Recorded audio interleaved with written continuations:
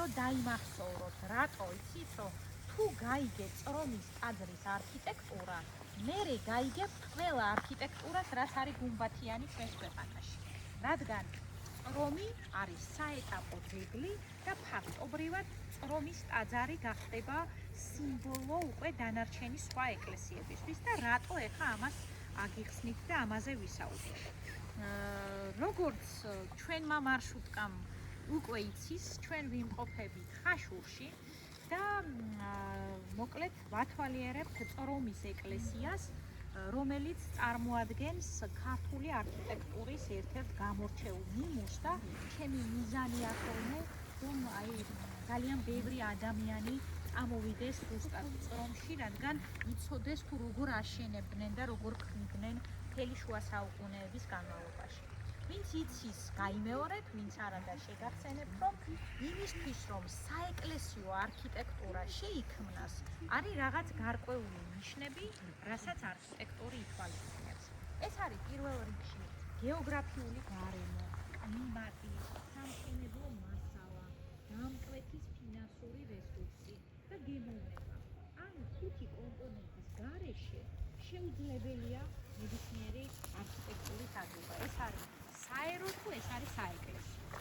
შესაბამისად, საქართველოში ითვალისწინებდნენ გეოგრაფიულ გარემოსაც, კლიმატსაც, სამშენებლო მასალასაც და სწორედ ამიტომ ყველა კუთხეში თავისი დამახასიათებელი არქიტექტურა გააჩნია. და ზოგადად არქიტექტურა ძალიან ბევრ რამეს ვინახავს. მაგალითად, განხსოვთ, ნუ გადავიდეთ სწავლას.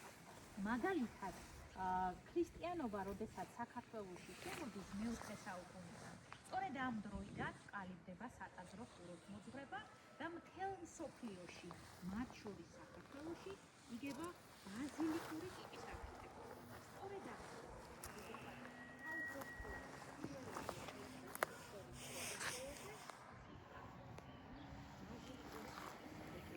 ბაზილიკა ეს არის მიგუმბათო აგზელებული ფორმის ეკლესია, რომელიც აუცილებლად ინტერიერში უნდა იყოს სვეტები და მიიჩნევა, რომ ბაზილიკა ემსახურებოდა ქრისტიანების, ანუ ეკლესია ემსახურებოდა ქრისტიანების კავშირს მიმოქმედებელ სამყაროსთან. ასეთი გაგება იყო. პირველი ქრისტიანობის დასაწყისიდან მე-7 საუკუნის პირველ ნახევრამდე ეს არის ადრე შუა საუკუნეების ეპოქა. ანუ ამ დროს ქრისტიანობა მდიდრდება და ეძებენ ახალ ფორმას, რომელიც იქნება ქრისტიანთათვის სალოცავი ადგილი. მე-7 საუკუნის მეორე ნახევრიდან მე-9 საუკუნემდე ეს არის გარდამავალი ხანა, ძიებების ხანა, როდესაც უკვე აგებული ნამუშევრები აქვს და ხან ორგუმბათს აშენებენ, ხან სამყაროს ჭრიან, ანუ ფიქრობენ როგორ გაუმჯობესონ მათი არქიტექტურა. მე-9 შემდეგ, მე-11, მე-12 საუკუნის მიჯნამდე ეს არის განვითარებული შუა საუკუნეები, როდესაც ფინანსურად საკმაოდ ძლიერია ჩვენი ქვეყანა და ყველაზე მაღალი რანგის ძეგლები იდგება. შემდეგ კი უკვე ქვეყანა იშლება და ეს ფინანსური პრობლემები, შიდა დაპირისპირება, რა თქმა უნდა, უარყოფითად მოქმედებს არქიტექტურაზეც და მოკლედ იქედან მოყოლებული დღევანდელ დღემდე სამწუხაროდ ჩვენ ახალი არქიტექტურული ტიპი არ შეგვიქმნია. მაგრამ ქმნით, ვაშენებთ უშიშრად და სწორედ ამ სიახლეების, ინოვაციების გასაცნობად ვართ ჩვენ წამოსული დღევანდელ